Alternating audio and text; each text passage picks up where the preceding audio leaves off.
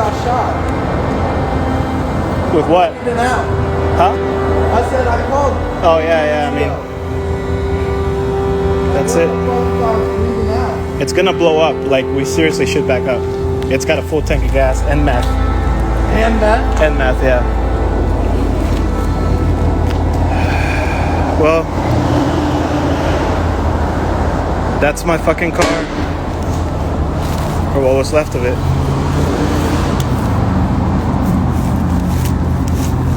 That was it.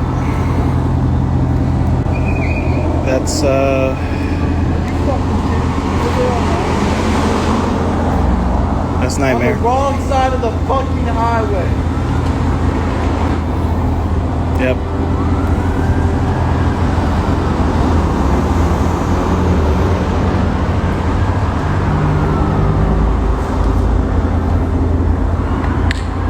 You have anything important out of it? That's it. That's the last of it.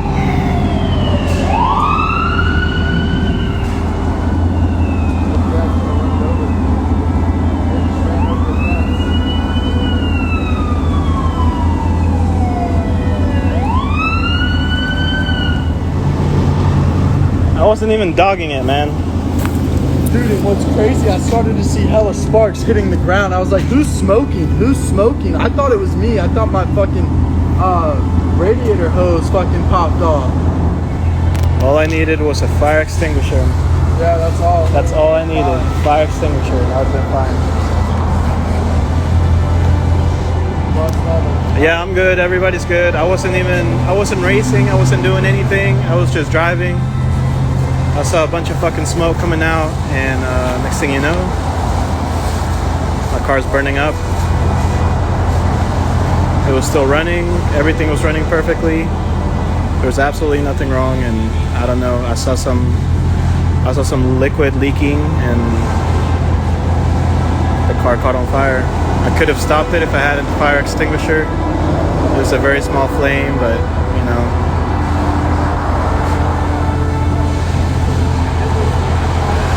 Oh my God. That's it. I'm done. I'll put out my last few videos and call it a day.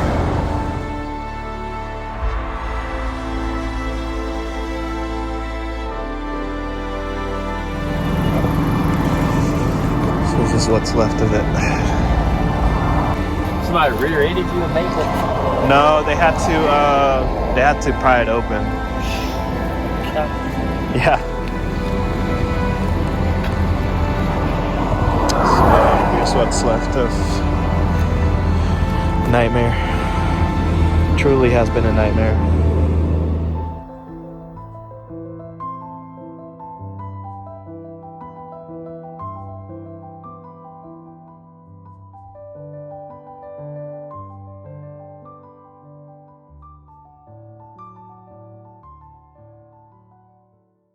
Hey guys, what's going on? Welcome back to the channel. If you're new, my name is LJ and you're watching NoClutch Garage. The tone of this video is a little bit more somber than usual.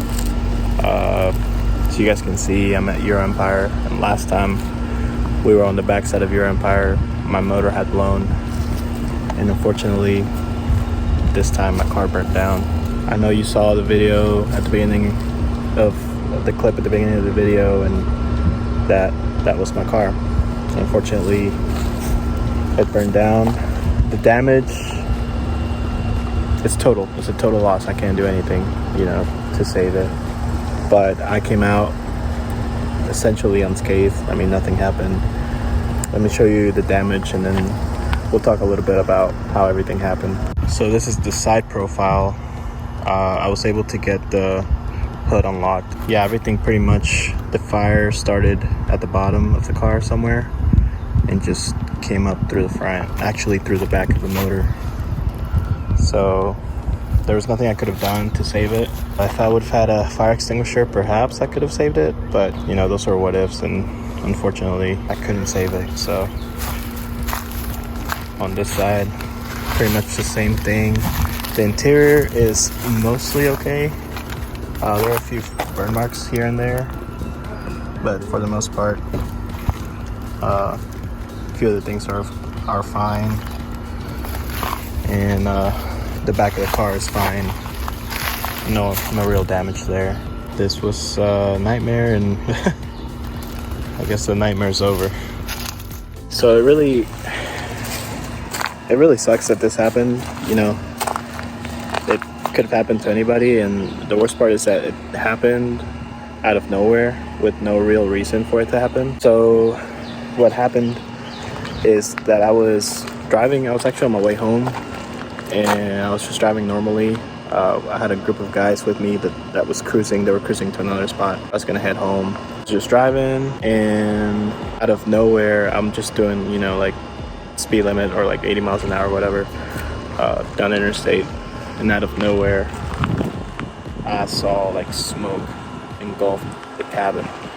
And when I saw the smoke, I thought two things. One, it had already happened. It happened once in Texas, which is why I had to stay there like an extra amount of time, because basically my oil pan broke and all the oil fumes came into the cabin. But this time around, it wasn't white smoke, and it didn't smell like oil.